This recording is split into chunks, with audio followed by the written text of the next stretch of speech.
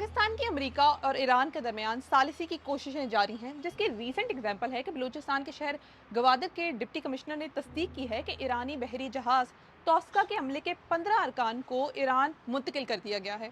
तो ये सब मामला है क्या? बेसिकली कल अमेरिका के सेंट्रल कमांड की जानिब से एक स्टेटमेंट जारी की गई थी, जिसमें इस बात की तस्दीक की गई थी कि ईरानी जहाज जिसे अमेरिकी बहरी नाकाबंदी तोड़ने की कोशिश के बाद तहवील में लिया गया था, अमले समेत पाकिस्तान मुंतकिल कर दिया गया है ताकि इसे ईरान वापस भेजा जा सके। जिसके बाद आज पाकिस्तानी वजारत खारजा की जानिब से एक स्टेटमेंट में इस बात की कंफर्मेशन की गई कि अमेरिका की जानिब से एतमाद साजी के इकदाम के तौर पर जब्त किए गए ईरानी कंटेनर जहाज MV तोस्का पर मौजूद 22 ईरानी अमले के अरकान को पाकिस्तान मुंतकिल कर दिया गया है। जिसके बाद अब पाकिस्तानी हुकाम के मुताबिक ईरानी जहाज के हमले के 15 अरकान को बलूचिस्तान के सरहदी जिला ग्वादर में गप्त क्रॉसिंग पॉइंट से ईरानी हुकाम के हवाले किया गया है। मकरान डिवीजन की इंतजामिया के कहलकार ने नाम जाहिर न करने की शर्त पर बताया है कि ईरानी बहरी जहाज के हमले के 15 अरकान को हेलीकॉप्टर के जरिए इस पॉइंट पर पहुंचाया गया था। ईरानी जहाज के हवाले से वजारत खारजा का कहना है कि इसको जरूरी मुरम्मत के बाद पाकिस्तान की आबी हदूद में वापस लाया जाएगा ताकि इसे भी